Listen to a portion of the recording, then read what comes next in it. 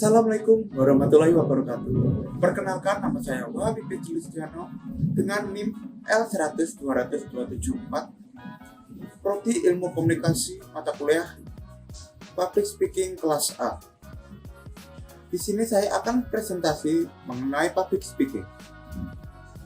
Public speaking merupakan kemampuan seseorang dalam menyampaikan suatu informasi di depan umum atau di depan publik. Public speaking tidak hanya tentang bisa berbicara di depan umum saja, melainkan juga mempelajari bagaimana caranya agar informasi yang ingin disampaikan dapat tersampaikan dengan jelas dan mudah diterima oleh audiensnya.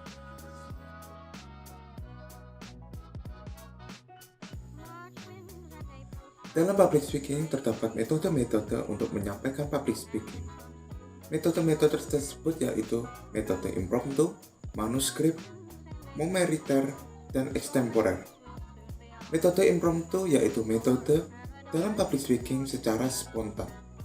Jadi dalam menyampaikan materi, pembicara akan spontanitas menyampaikan materinya tanpa menyusun naskah terlebih dahulu. Metode ini hanya cocok digunakan oleh profesional atau yang berpengalaman saja. Metode berikutnya yaitu metode manuskrip. Metode ini merupakan metode public speaking menggunakan naskah.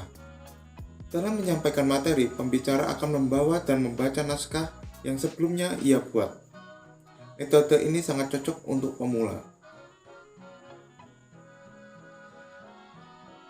Yang ketiga yaitu metode momeriter. Metode ini kebalikan dari metode manuskrip, yang mana pada metode ini pembicara menghafalkan naskah yang ia buat sebelumnya. Keberhasilan metode ini sangat ditentukan oleh memori atau ingatan yang dimiliki oleh pembicara. Metode yang terakhir yaitu extemporer. Pada metode ini pembicara tidak membawa naskah, melainkan membawa outline atau catatan poin-poin penting yang akan disampaikan. Metode ini juga sangat membantu untuk orang yang susah menghafal. Itu dia 4 metode yang digunakan dalam public speaking.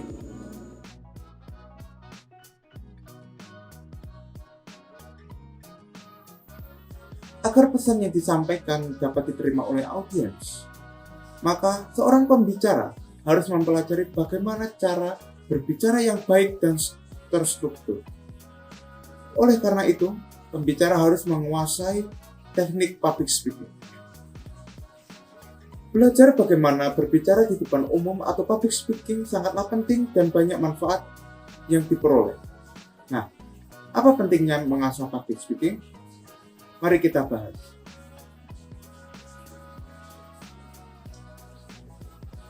Dengan mempelajari atau mengasah public speaking, tentunya seseorang akan lebih lancar dan lebih percaya diri jika dia ingin berbicara di depan banyak orang. Semakin tinggi jam terbang seseorang, pasti semakin banyak pengalaman yang ia dapatkan. Rasa kepercayaan diri tidak akan datang dengan sendirinya, tapi dapat diperoleh melalui latihan-latihan dan pengalaman tampil berbicara di depan publik. Ketika rasa percaya diri sudah tinggi, maka semua pekerjaan akan lebih mudah. Hal tersebut karena hampir semua pekerjaan membutuhkan skill public speaking.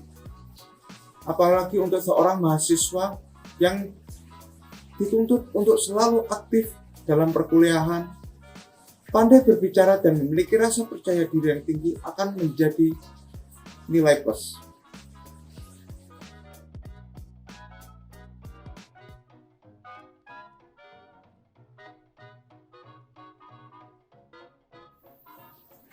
Selain meningkatkan kepercayaan diri, mempelajari public speaking penting karena hampir seluruh pekerjaan membutuhkan skill ini.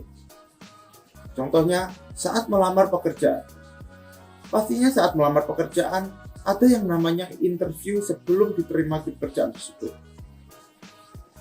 Nah, jika sudah menguasai public speaking, bisa berbicara dengan baik dan mempunyai kepercayaan diri yang tinggi, maka saat interview akan terasa jauh lebih mudah.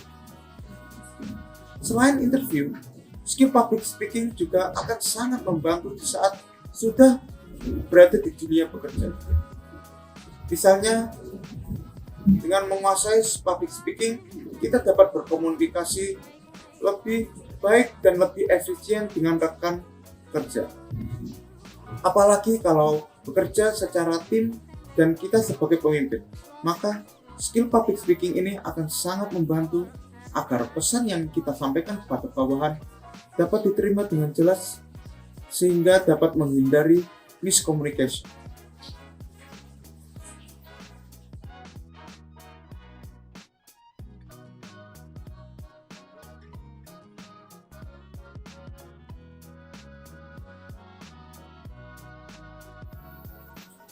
Kemudian contoh pekerjaan yang sangat membutuhkan skill public speaking yaitu MC.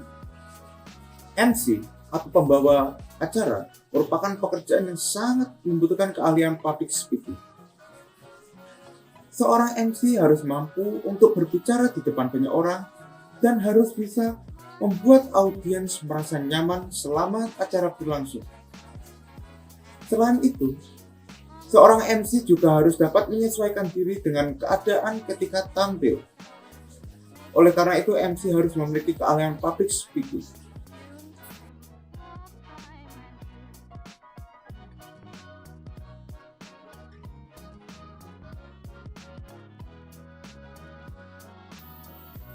Selain MC, masih banyak lagi pekerjaan yang sangat membutuhkan skill public speaking.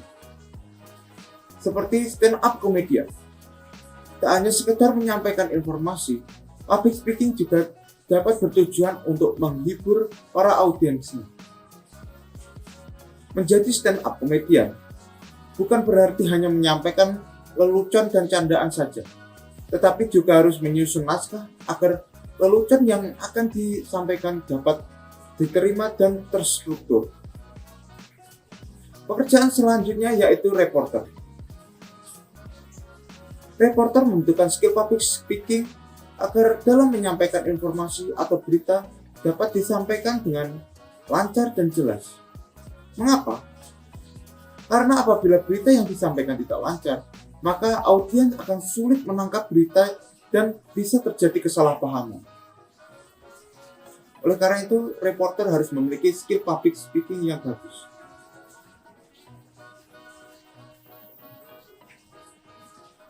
Pekerjaan berikutnya yaitu sales marketing. Di pekerjaan ini, public speaking bertujuan untuk membujuk para audiens. Sebagai seorang marketing, tentunya harus bisa pandai berbicara untuk meyakinkan para audiensnya agar tertarik dengan produknya dan membeli produknya. Hal ini sama dengan pekerjaan selanjutnya yaitu motivator. Seorang motivator pasti menguasai skill public speaking agar para audiensnya dapat termotivasi untuk melakukan sesuatu yang sebelumnya tidak mau dilakukan. Maka dari itu pekerjaan-pekerjaan tersebut sangat membutuhkan skill public speaking dan masih banyak pekerjaan lainnya yang membutuhkan skill ini.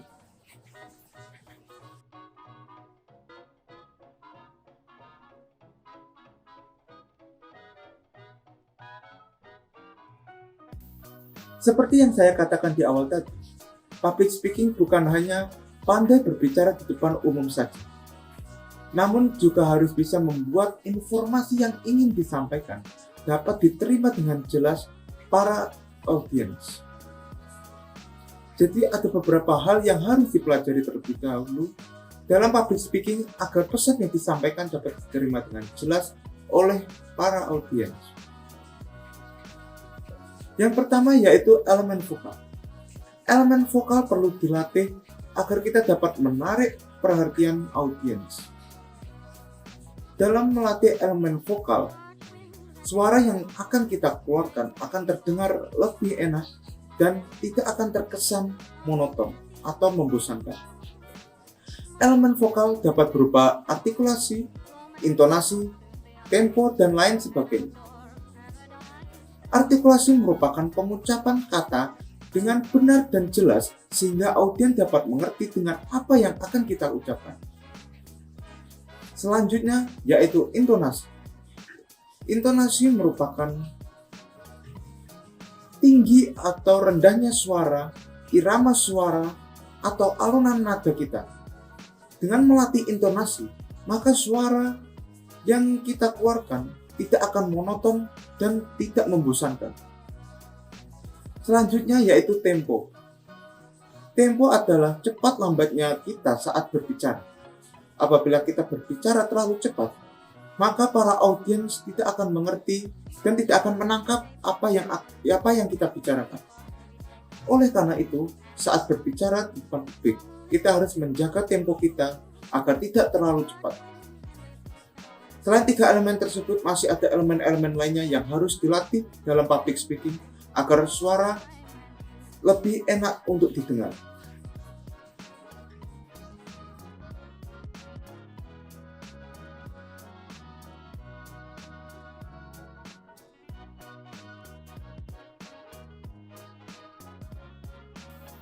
Selanjutnya, yang perlu dipelajari dalam public speaking yaitu mengenali audiens dengan melakukan riset terlebih dahulu sebelum melakukan public speaking. Mengapa mengenal karakteristik audiens ini sangat penting dalam public speaking?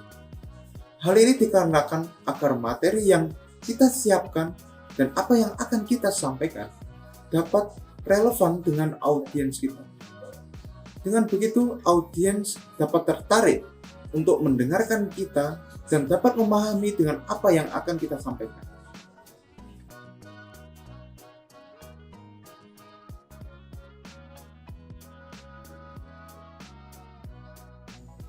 Selanjutnya yaitu memperhatikan bahasa tubuh kita saat sedang tampil.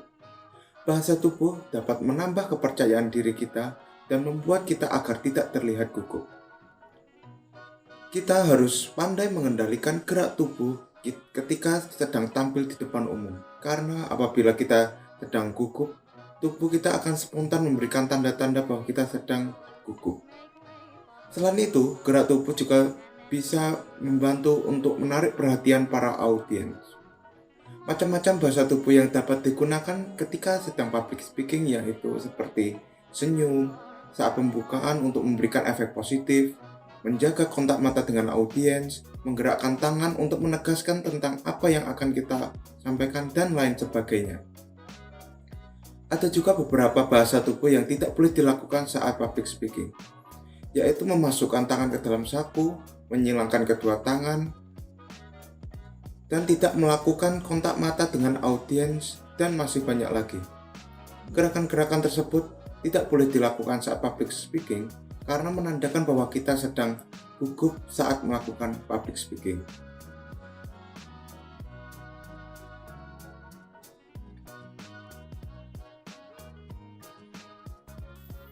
Setelah mempelajari public speaking dan mendalami public speaking, diharapkan dapat menambah kepercayaan diri kita untuk tampil di depan publik.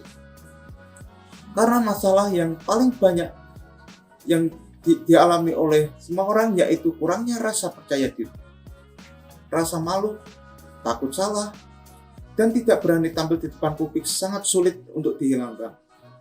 Maka dari itu, dengan mempelajari public speaking, berlatih tampil di depan publik, dapat mendatangkan dan meningkatkan rasa percaya diri.